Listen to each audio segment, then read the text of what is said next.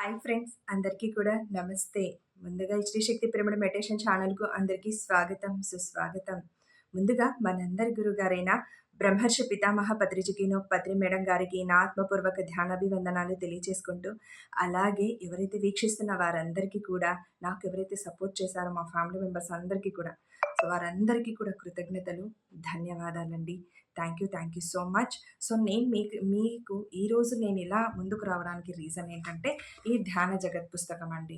ఈ ధ్యాన జగత్ పుస్తకం ద్వారా ఎంతెంతో జ్ఞానాన్ని మనం పొందవచ్చు. ప్రతి నెల మనకు ఇంటి దగ్గరికే వస్తుంది, అందివ్వబడుతుంది. సో ధ్యానులకు ముఖ్యంగా, అలాగే కొత్త వారికి కూడా ఇది ఎంతో ఉపయోగపడుతుంది. ఎందుకంటే ఇందులో పిల్లలకి తగ్గట్టుగా ఉంది, పెద్దవారికి వారికి తగ్గట్టుగా జ్ఞానం అందివ్వబడుతుంది. అలాగే సో పెద్దవారికైతే వారి అనుభవ జ్ఞానం, ఎవరైతే అనుభవాలు అవన్నీ, ప్లస్ స్పిరిచువల్ జ్ఞానం అంటే ఏంటి, ఆస్ట్రల్ ట్రావెలింగ్ అంటే ఏంటి, సో ప్రతిదీ శాకాహారం గురించి కానీ, పత్రి సార్‌తో ఫేస్ టు ఫేస్ ఉన్న ముఖాముఖి ప్రశ్నలు కానీ, ఇవన్నీ కూడా మనకి జ్ఞానవంతంగా అందించబడ్డాయి. అలాగే పిల్లలకి కూడా క్విజ్ టైమ్ అని, పంచతంత్ర కథలని, సో ఇవన్నీ కూడా పిల్లలకి సంబంధించినవి కూడా ఉన్నాయి. సో ప్రతి ఒక్కరు చదవాల్సిన పుస్తకం అండి ఈ ధ్యాన జగత్. సో అందుకే నేను ఈ ధ్యాన జగత్ పుస్తకం ద్వారా నేను మీ ముందుకి ఇలా రావడం జరుగుతుంది. అందులో ఇంకొకటి ఏంటంటే చాలా చాలా ఇంపార్టెంట్ టాపిక్ అండ్ పెద్ద గ్రంథమే ఇంగ్లీష్‌లో వచ్చిందండి. ఇది ఇంకా తెలుగులో అయితే రాలేదు. ఇమ్మోర్టల్ టాక్స్ అని చెప్పేసి అంటే చిరంజీవత్వపు సంభాషణలు. సో హనుమంతుల వారి సందేశాలనమాట, జ్ఞాన సందేశాలు.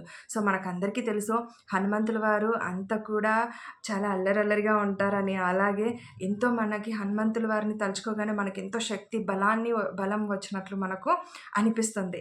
అవునా? సో అలాగే మనకి ఇంత జ్ఞానాన్ని ఇవ్వగలరు ఆయన. సో ఎంతో జ్ఞానాన్ని మనతో చెప్పారు, పంచుకున్నారు. దట్ ఈ పుస్తక రచయిత వచ్చేసి హనుదాస్ గారు. సో ఈయన టొరంటోలో ఉండేవారు. వారి జీవిత ప్రకారంగా ఎలా తాము హనుమంతుల వారికి పరిచయం అయ్యి, సో ఇంతవరకు వచ్చారు. హిమాలయాల వరకు వచ్చి మన భారతదేశానికి వచ్చి హిమాలయాల్లో హనుమంతుల వారిని, అంటే ఒక గిరిజన తెగ ద్వారా హనుమంతుల వారిని ఎలా కలుసుకున్నారు ఏంటి అని చెప్పేసి ఈ ఇమ్మోర్టల్ టాక్స్ అని, అక్కడ ఆ గిరిజన తెగకు హనుమంతుల వారు ఏం సందేశాన్ని ఇచ్చారు, జ్ఞాన సందేశాన్ని ఎలా అందించారు, ఆ జ్ఞానాన్ని అంతా గుప్తంగా ఆయన అబ్జర్వ్ చేసి, అంటే చెట్టు చాటున నిలబడి ఎవరికి తెలియకుండా, సో ఈ జ్ఞానాన్ని అంతటిని యాజ్ ఇట్ ఈజ్గా మనకు అందించారు. ఒక శూన్య స్థితిలో. ఎందుకంటే శూన్య స్థితిలో ఉంటేనే కదా అక్కడ ఏం జరిగిందో సో యాజ్ ఇట్ ఈజ్గా నేను కూడా ఇక్కడ అలాగే అందివ్వగలను. అలా కాకుండా నా మైండ్ని అంతా ఉపయోగించానంటే కనుక అక్కడ దానికి ఇంకొక విషయం కల్పించి మాటల ద్వారా ఒక రూపాన్ని ఇచ్చి నేను ఏదైతే చెప్పేస్తాను. అలా కాకుండా ఆయన శూన్య స్థితికి వెళ్ళిపోయి, సో శ్రద్ధాభక్తులతో సో అలా మనకు ఈ పుస్తకాన్ని అందివ్వడం జరిగింది. ఆగస్టు నెల నుంచి ఈ సంచిక ధ్యాన జగత్ పుస్తకంలో ఈ ఇమ్మోర్టల్ టాక్స్ అన్న ఈ సంచిక రావడం జరుగుతోందండి. సో పైన దీనికి నామకరణం కూడా శూన్య అని ఇచ్చారు. అంటే ఆ శూన్య స్థితిలో ఆయన ఎలా వెళ్ళిపోయారు, ఎలా కనెక్ట్ అయ్యారు హనుమంతుల వారు. సో ఇదంతా కూడా మనం మరి ఈ సంచిక ద్వారా ఈరోజు మనం తెలుసుకుందాము. ఓకే, ఇక ఏమాత్రం ఆలస్యం చేయకుండా విశేషంలోకి వెళ్ళిపోదామండి. ఏంటంటే చెప్పాను కదా, ఇక్కడ ఆంజనేయ స్వామి వారి పిక్చర్ కూడా ఇవ్వడం జరిగింది. ఎంతో అద్భుతంగా ఉంది స్వామివారిది. సో మరి చదివేద్దాం. అది మధ్యాహ్న సమయం. ఫ్రెండ్స్, నేను ఎక్స్ప్లెయిన్ చేస్తున్నా చేయకపోయినా కూడా నెమ్మదిగా చదివి వినిపిస్తానండి. దయచేసి అర్థం చేసుకోవడానికి ప్రయత్నించండి. Thank you. అది మధ్యాహ్న సమయం. ఆ సమయంలో హిమాలయ సానువుల్లో ఉన్న ఒక దట్టమైన అడవిలో ఇద్దరు సాధువులు ఒక పెద్ద చెట్టు వెనుక నక్కి కూర్చొని దూరంగా వంట చెరుకు కోసం కర్ర పుల్లలను ఏరుకుంటున్న గిరిజన మహిళలను నిశితంగా గమనిస్తున్నారంట. ఇద్దరు సాధువులు, మరి ఎవరెవరో చూసేద్దాం. పొడవుగా పెరిగిన గడ్డాలతో, మరి దట్టంగా పెరిగిన తల వెంట్రుకలతో అడవి మనుషుల్లా కనబడుతోన్న ఆ సాధువులకు గత కొన్ని మాసాలుగా ఇదే నిత్యకృత్యంగా మారింది. మరి ఇదే పని చేస్తున్నారంటే ఇంక అడవిలో ఏ పని ఉన్నట్టుగా లేదు మరి వాళ్ళకి. ఎందుకంటే ఒక అన్వేషణలో వారు ఉన్నారు కాబట్టి. సో ఇదే అన్వేషణలో భాగంగా గత కొన్ని మాసాలుగా వాళ్ళు ఇదే పనిలో ఉన్నారంట. అక్కడే చెట్టు కొమ్మలపై ఉండే పక్షులు కూడా ఎప్పుడేం జరుగుతోందో అన్న ఆరాటంతో ప్రతిరోజు అక్కడ జరిగే తంతును మౌనంగా గమనిస్తున్నాయి. కాసేపటికి అందులో ఒక సాధువు ఈరోజు కూడా వ్యర్థమయ్యింది అని నిట్టూరుస్తూ అదే చెట్టుకు ఆనుకొని సేద తీరుతోన్న హనుదాసు దగ్గర తన అసహనాన్ని వ్యక్తం చేశాడు. అతడి మాటను బలపరుస్తూ ఇంకొక సాధువు కూడా, అవును హనుదాసు, నువ్వు అనుకుంటున్నట్లు ఈ గిరిజనులు అంత ప్రత్యేకమైన వాళ్ళేమి కారు. ఎంతో తపస్సు చేసిన మనమే చూడలేని హనుమంతుడిని వాళ్ళెలా చూడగలరు? వాళ్ళకు అన్ని మహత్తులు ఏమీ లేవు అన్నాడు పెదవి విరుస్తూ. ఎంతో నిరాశగా ఉన్నారండి. అంటే గత కొన్ని నెలలుగా మరి వాళ్ళు చూస్తూనే ఉన్నారు కదా! సో, ఎదురు చూపులు చూస్తున్నారు. ఎంతవరకైనా ఎదురు చూస్తారు. సో, వాళ్ళలో ఆ అసహనం అనేది ఏర్పడిపోయింది. ఆ అసహనంతోనే వాళ్ళు అలా మాట్లాడడం అనేది జరుగుతూ వస్తుంది హనుదాసు గారితో. నాకు కూడా అదే అనిపిస్తుంది స్వామీజీ అన్నాడు హనుదాసు ఒకింత నిరాశగా. ఎందుకంటే అతడు హనుమంతుల వారిని నేను సశరీరంగా దర్శించగలను అన్న నమ్మకంతో గత కొన్ని నెలలుగా ఆ అడవిలోనే తిరుగుతున్నాడు. తన నమ్మకాన్ని బలపరుచుకోవటానికి అతడు మాతంగులు అనబడే ఆ గిరిజనులకు సంబంధించిన కొన్ని విచిత్రమైన గుర్తులు చెక్కబడి ఉన్న కుండ పెంకులను, చెట్టు బెరళ్లను, మరి పూసలను సేకరించి ఉంచుకున్నాడంట. ఆయన చూడండి అక్కడంతా ఉండే ఆ గిరిజనులంతా చాలా విచిత్రంగా వేసుకుంటుంటారు. వాళ్ళ వేషధారణ కూడా విచిత్రంగా ఉంటుంది. మనకు కొత్తగానే ఉంటుంది మరి. సో, ఆ పూసలు అవైతే వాళ్ళు ఏదైతే ధరిస్తారో వాటిని ఆయన అన్నీ చక్కగా ఒక్కొక్కటి చేకూర్చుకుంటూ వాటిని తీసుకొని తన దగ్గర సేకరించి ఉంచుకున్నారంట హనుదాసుల వారు. తన వెంట ఉన్న ఇద్దరు సాధువుల సహాయంతో ఆ చిత్రలిపిని అనువదించడానికి ప్రయత్నించి ప్రతి 41 సంవత్సరాలకు ఒకసారి హనుమంతుల వారు సశరీరంగా మాతంగుల గూడానికి వచ్చి వాళ్లకు క్రొత్త నాయకుడిని ఎంపిక చేస్తారు అని కనుగొన్నాడు. వాళ్ళ వెంట అంటే తన వెంట ఉన్న ఇద్దరు సాధువుల సహాయంతో ఆ చిత్రలిపిని అనువదించడానికి ప్రయత్నించి, అంటే ఒక చిత్రలిపి అనేది దొరికిందంట హనుదాస్ వారికి.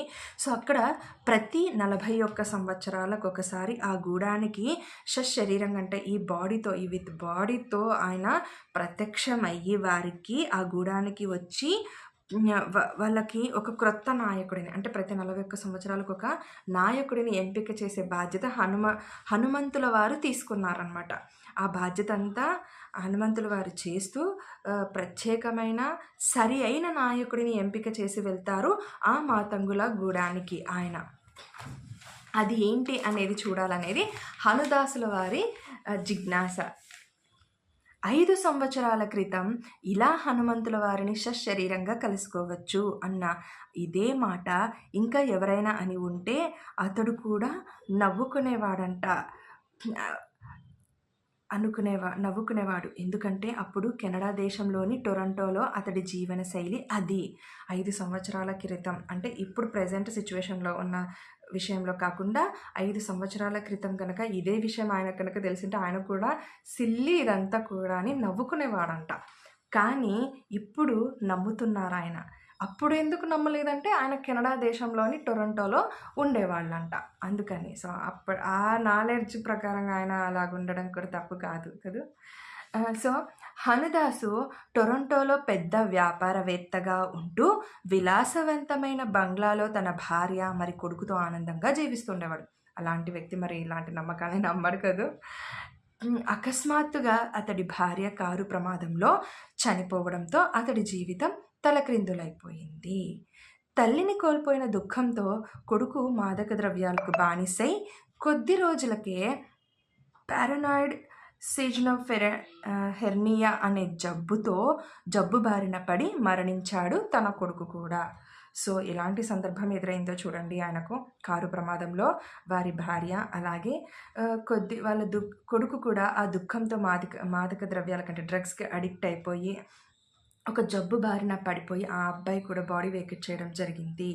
సో, వెంటనే 2 విషాదాలను తట్టుకోలేని హనుదాసు కొడుకు పార్థివ దేహంతో పాటే తన ఆస్తి, అంతస్తు, డబ్బు, కీర్తి ప్రతిష్టలు అన్నీ ఖననం చేసేసి నిర్వేద స్థితిలో కూరుకుపోయాడు. అంటే ఇంక అన్నీ వదిలిపెట్టేసుకున్నాడు. ఇంకా వైరాగ్యం అనేది వచ్చేస్తుంది కదా! ఒక సందర్భం అంటూ మన జీవితాల్లో కూడా అలాంటి విషాద సంఘటనలు అంటూ జరిగితే మనకు కూడా ఇలాంటి వైరాగ్య స్థితి కలుగుతుందండి ప్రతి ఒక్కరికి కూడా.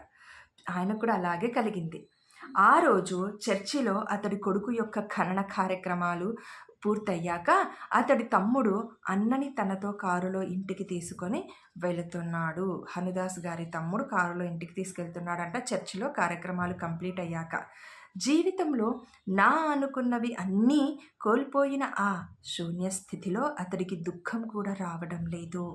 నిర్వికారంగా కారు కిటికీలో నుంచి బయటికి చూస్తున్న అతడి కంటికి ఒక పెద్ద కోతి లాంటి ఆకారం తమ కారును అనుసరిస్తూ గాలిలో ఎగరడం కనిపించింది. నా అనుకున్నవన్నీ కోల్పోయాక మనం బాగా దుఃఖించేస్తాం, ఏడ్చేస్తాం. ఏడ్చేశాక మనకేమనిపిస్తుందంటే ఇంకా అలా ఖాళీగా సైలెంట్గా కాసేపు అలా ఉండిపోవాలి. ఎవరితో మాట్లాడడం ఇష్టం అనిపించదు, ఎవరితో టైం స్పెండ్ చేయడమో ఇష్టంగా అనిపించదు. అలాంటిది అప్పుడు ఏం ఏర్పడుతుందంటే మనలో మనకు తెలియకుండానే ఒక శూన్య స్థితి ఏర్పడుతుంది. ఇప్పుడంటే ధ్యానంలోకి వచ్చాక ఒక శూన్య స్థితి అంటే ఏంటో మనకు తెలిసొస్తుంది, కానీ అప్పుడు తెలీదు. కాకపోతే అలా ఖాళీగా ఉంటాం కాబట్టి శూన్యంగా ఉంటాము. ఆ స్థితి పొందడానికే మనం చాలా చాలా ప్రయత్నాలు చేస్తుంటాం ధ్యానం ద్వారా కదూ. సో మరి ఈయనకు ఇలాంటి దుఃఖమైన పరిస్థితిలో ఆ శూన్యస్థితి అనేది కలిగిందంట. ఆ శూన్యస్థితి కలిగినప్పుడే ఆయన కారులో నుంచి అలా బయటికి తొంగి చూస్తూ కూర్చుంటే అప్పుడు ఆయనకు ఒక గాలిలో ఎగురుతూ ఒక పెద్ద కోతి ఆకారం కనిపించింది. ఆశ్చర్యపోయిన అతడు గట్టిగా అరవడం మొదలుపెట్టాడు. అది చూసిన అతడి తమ్ముడు వెంటనే జరిగిన విషాదాలకు తన అన్న మతి భ్రమించిందనుకొని, అన్నయ్య అదంతా నీ భ్రమ, ఇంటికి వెళ్ళి కాస్త రెస్ట్ తీసుకుంటే అన్నీ సర్దుకుంటాయని అనునయించాడు. సో ఈయన ఏదో భ్రమపడ్డాడు అని అనుకున్నారు వాళ్ళ తమ్ముడు.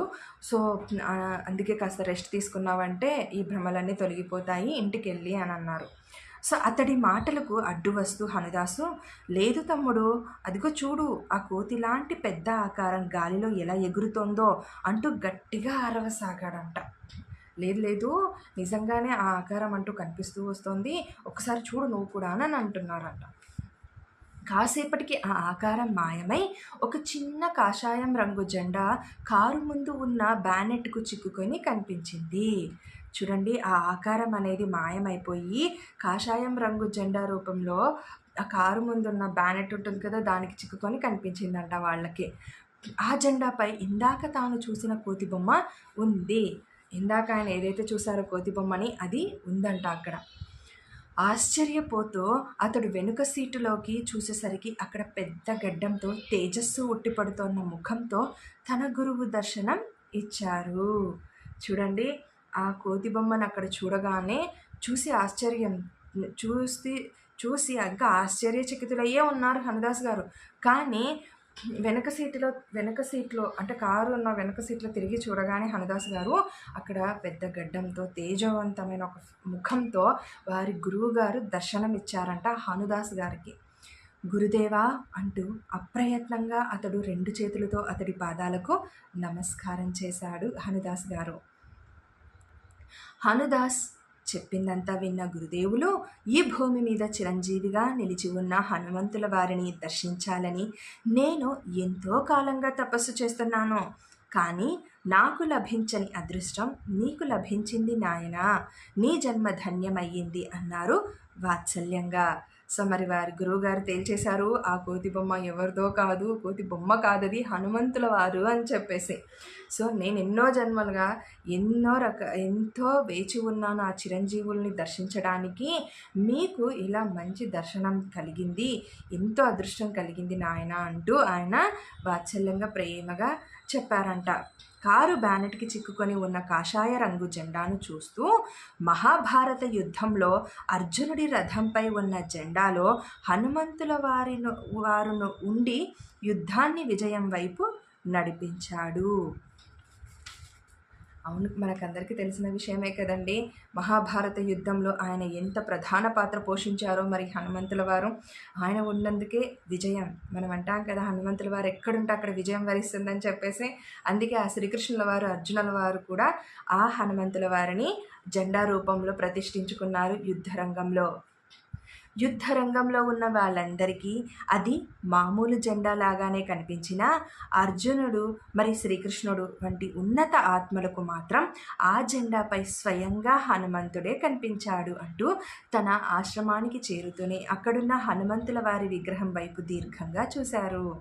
చూడండి మరి మనకేదో అది యుద్ధ రంగంలో ఒక జెండా రూపంలో ఆయన కూర్చొని ఉన్నారేమో అని అనిపిస్తుంది. కానీ కృష్ణుల వారికి, అర్జునుల వారికి ఆయన స్వయంగా అక్కడే ఉండి ఆ విజయాన్నంతా నడిపించారు. ఆ యుద్ధాన్నంతా నడిపించారని అనిపించిందంట. ఇదంతా వివరిస్తూ వస్తున్న వీరి గురువుగారు ఆశ్రమానికి తీసుకువెళ్ళి ఆశ్రమంలో ఉన్న ఆ విగ్రహాన్ని చూపించారంట. ఒక్కసారిగా చముక్కుమని వెలిగిన ఆ విగ్రహాన్ని చూస్తూ తల పంకించి, నీ భార్యను మరి నీ కొడుకును పోగొట్టుకున్న దుఃఖంతో నీ మెదడు మొద్దుబారిపోయి నీ మనస్సు శూన్యంగా మారిపోయింది.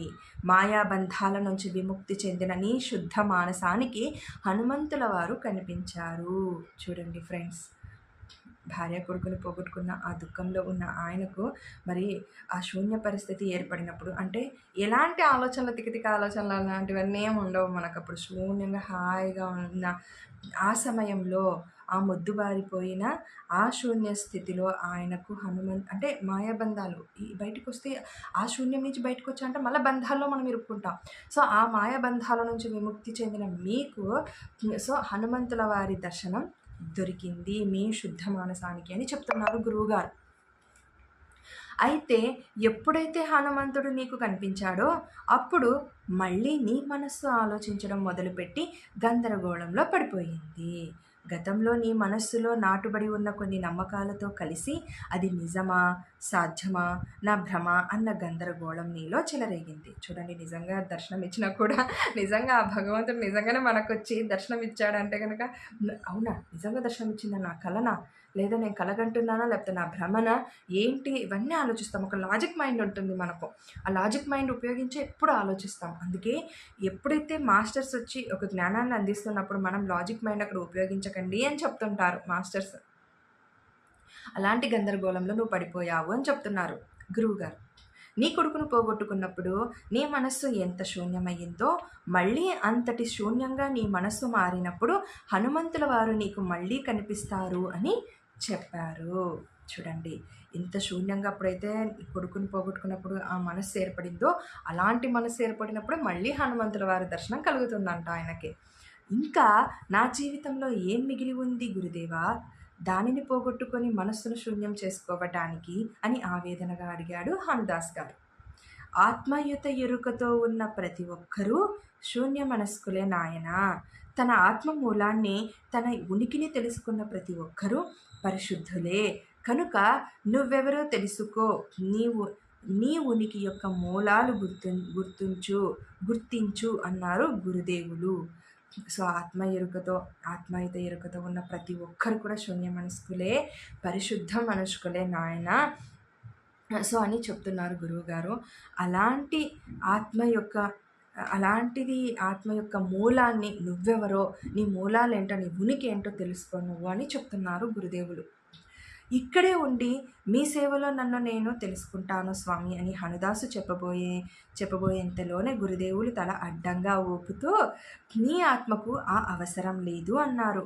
తమ చేతిలో ఉన్న పక్షిని గాలిలోకి వదులుతూ, చూడండి ఇలా మనకు ఒక పిక్చర్ కూడా ఇచ్చారు, మనకు అది అర్థం కావడానికి.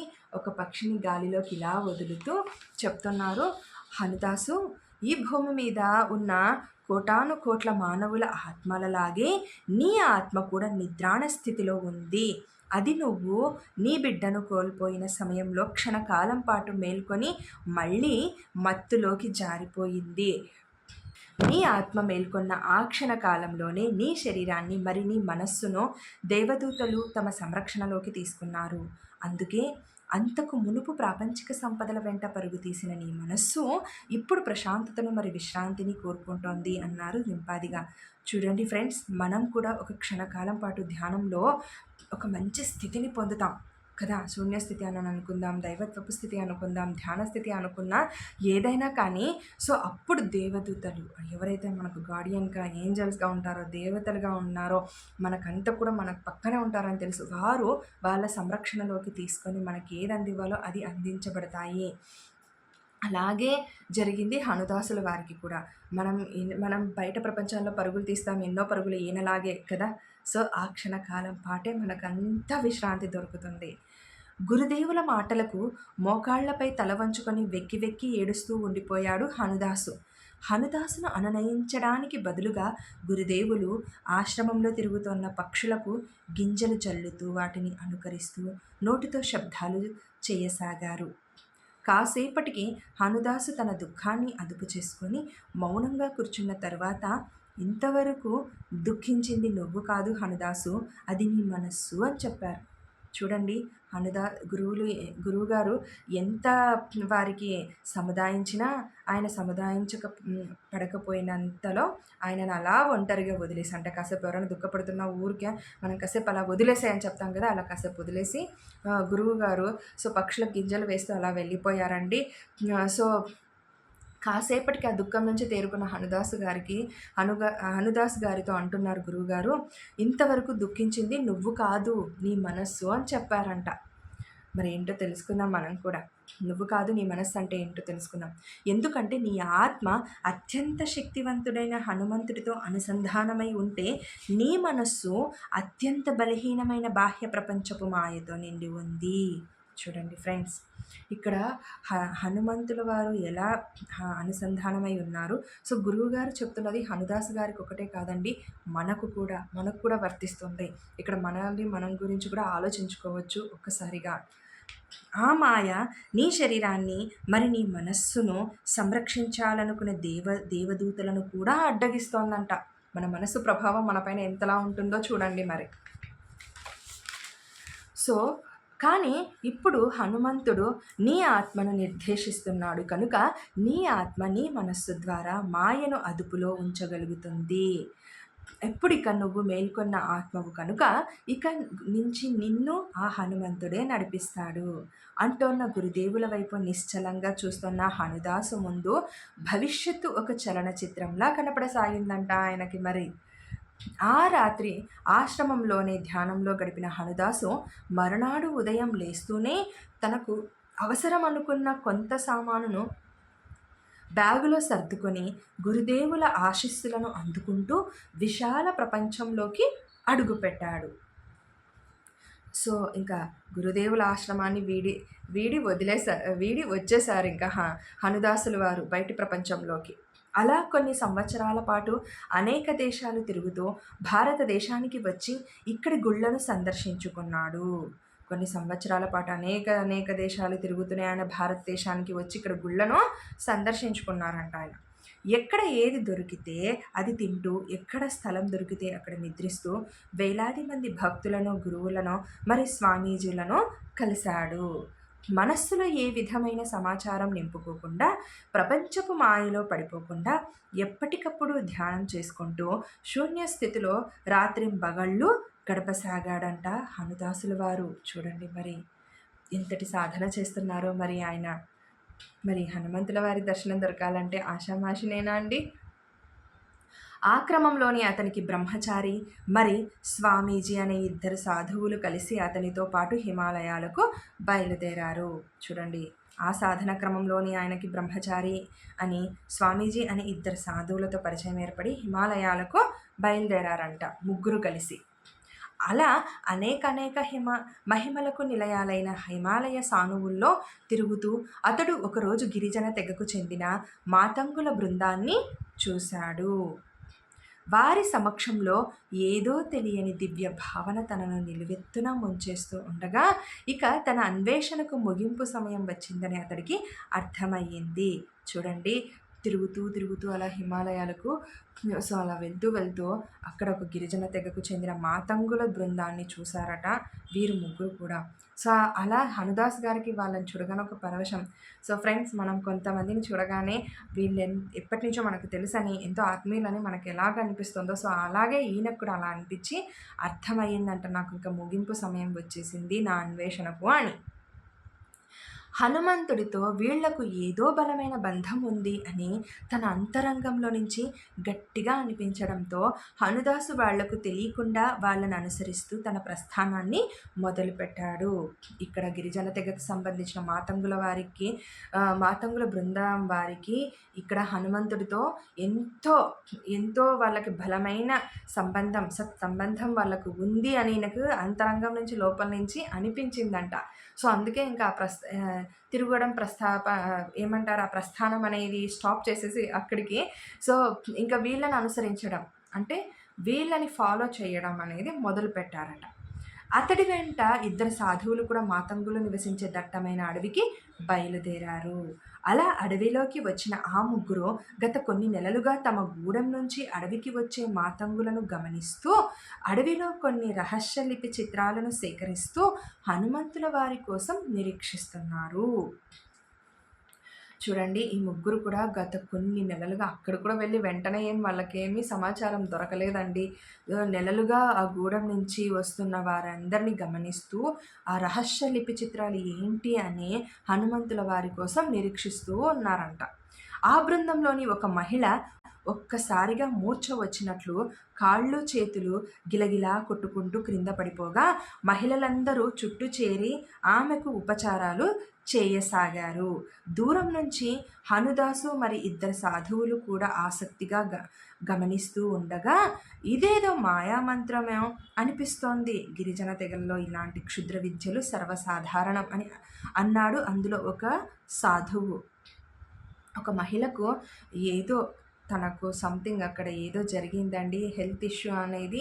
సో, అక్కడ జరిగినప్పుడు వాళ్ళంతా కూడా అక్కడున్న చుట్టూ మహిళలంతా కూడా ఆమె చుట్టూ చేరి ఏదో వారు చూస్తున్నారు, గమనిస్తూ ఉంటే వీళ్ళు కూడా ఇంకా ఏం జరిగిందా అని ఆసక్తిగా గమనిస్తూ ఒక సాధువు అన్నారంట. వారి ముగ్గురిలో ఉన్న ఒక సాధువు అన్నారంట, ఇదేదో మాయా మంత్రమో అయ్యి ఉంటుందిలే, ఎందుకంటే ఇలాంటి గిరిజనుల వాళ్ళకి ఇలాంటివన్నీ క్షుద్ర విద్యలు అనేవి కామను అని చెప్పారంట.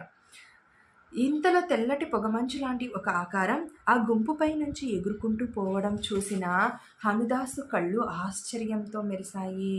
సో, ఇలా ఈ సంఘటన జరుగుతున్నప్పుడు ఆ గుంపుపై నుంచి ఒక తెల్లటి పొగ ఆకారం అనేది వెళ్ళినప్పుడు హనుదాసులు వారు గమనించడంతో ఆశ్చర్యంతో ఆయన కళ్ళు మెరిసిపోయాయట. మరి ఎందుకంటే తాను టొరంటోలో కారులో ప్రయాణిస్తూ ఉండగా తన కారుపై నుంచి ఎగురుకుంటూ వెళ్ళిన ఆకారమే ఇది మరి. సో, అందుకే ఆయనకు ఆశ్చర్యం అనిపించింది. వెంటనే ఆ గుంపులో నుంచి ఒక పెద్ద వయస్సు మహిళ తన 2 మోకాళ్లపై కూర్చొని చేతులు పైకెత్తి ఆ అదృశ్య శక్తికి దండం పెడుతూ ఏవేవో స్తోత్రాలు చదవసాగిందంట. ఈయనొక్కరే కాదు, అక్కడున్నవారు కూడా గమనించి అందులో ఒక మహిళ అప్పటికప్పుడు మోకాళ్లపై కూర్చొని ఒక చేతులు పైకెత్తి ఏవేవో స్తోత్రాలు చదవడం ప్రారంభించిందంట. సో, అది చూసిన హనుదాసు తన్మయుడై హనుమ తన రాకను తెలియచేస్తూ అందించిన రహస్య చిత్రాలకు చెందిన రాళ్లను, చెట్టు బెరళ్లను, మరి కుండ పెంకులను తన సంచిలో నుంచి తీసి కళ్ళకు అద్దుకున్నాడు. ఆ రహస్య చిత్రాలు ఏదైతే సేకరించి ఉంచుకున్నారో ఆయన దగ్గర రాళ్ళు, ఆ రంగురంగు రాళ్ళు, సో మరి ఆ కుండ పెంకులు వాటన్నింటిని కూడా సంచిలో నుంచి తీసి ఈయన కళ్ళకద్దుకున్నారట భక్తితో. ఇక ఆ తరువాత అతడు 41 రోజుల పాటు రహస్యంగా మాతంగుల వెంటే తిరుగుతూ వాళ్ళ గూడానికి కూడా వెళ్ళి హనుమంతుల వారు మాతంగులకు బోధించిన చిరంజీవత్వపు సంభాషణలను శూన్యస్థితిలో ఉంటూ సేకరించాడు. చూడండి, మరి 41 రోజుల పాటు రహస్యంగా ఎవరికి తెలియకుండా ఆ గూడెంలో ఆయన ఉంటూ హనుమంతుల వారు మాతంగుల వారికి ఏమైతే బోధించారో అంటే చిరంజీవత్వపు సంభాషణలు అంటే మాటలు, ఈయన చిరంజీవి కదూ, ఈ చిరంజీవత్వపు సంభాషణ అంటే వాళ్ళతో ఏం సంభాషించారు మాటలు, వాటన్నింటినీ ఒక స్థితిలో ఒక శూన్య స్థితిలో ఉంటూ సేకరించారంట హనుదాసు వారు. సో ఏంటంటే నేను ఇందాక అన్నట్టు సో మనం అక్కడ లాజిక్ మైండ్ ఉపయోగించకూడదు కదా. హనుమంతుల వారికి ఏం చెప్పారో అదే మనకు తీసుకొచ్చి ఇక్కడ సో అలాగా మనకి హనుదాసుల వారు హనుమంతుల గారి సందేశాలను మనకు అందించడం జరిగింది ఇమ్మోర్టల్ టాక్స్ ద్వారా. సో, అలా 41 రోజుల పాటు హనుమంతుల వారి సమక్షంలో అక్కడ జరిగిన వివిధ సంఘటనలను ఇమ్మోర్టల్ టాక్స్ రూపంలో గ్రంథస్థం చేశారు. సో, ఇదొక గొప్ప గ్రంథం అండి. మరి ఆ గ్రంథాన్నే మనం ఈరోజు చదువుకుంటున్నాం. అంతటి జ్ఞానాన్ని మనం ఈ గ్రంథం ద్వారా తెలుసుకుంటున్నాం. ఆ విశేషాలు ప్రతి నెల ధ్యాన జగత్‌లో వాహికంగా అందించబడతాయి. మళ్ళీ వచ్చే నెల కలుసుకుందాం అని అంటున్నారు ధ్యాన జగత్ మాసపత్రిక వాళ్ళు. మరి నేనైతే అంతవరకు మీకు అయితే వెయిట్ చేయించానండి. సో, మళ్ళీ నేను మరొక మ్యాగజైన్‌తో, ఇది ఆగస్ట్ నెలది కదా, సెప్టెంబర్ నెల మ్యాగజైన్‌తో హనుదాసుల వారు ఇంకా ఏం తెలియచెప్పారు మనకు అని చెప్పేసి, సో, ఆ ఎపిసోడ్‌తో నేను మళ్ళీ మీ ముందు ఉంటాను. ఓకేనా ఫ్రెండ్స్?